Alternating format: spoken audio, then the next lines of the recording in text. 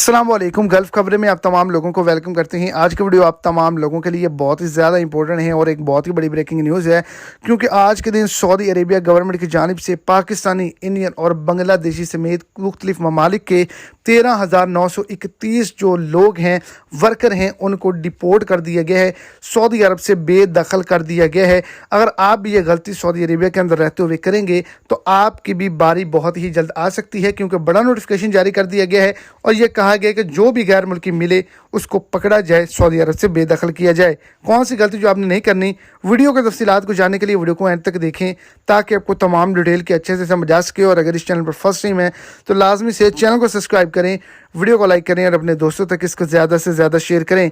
एक हफ्ते के अंदर 13,931 लोगों को पकड़ा गया है और 874 लोग वो हैं जो दरामदाजी की कोशिश कर रहे थे, उनको भी सऊदी अरब से बेदखल किया गया है। ये वो तमाम लोग थे जो इकामा, लेबर, सरहदी कानून, रोजगार और कानून मेहनत की खिलाफ वर्जी कर रहे थे, जिनको पकड़ा गया और सऊदी अरब से डिपोर्ट कर दिया गया।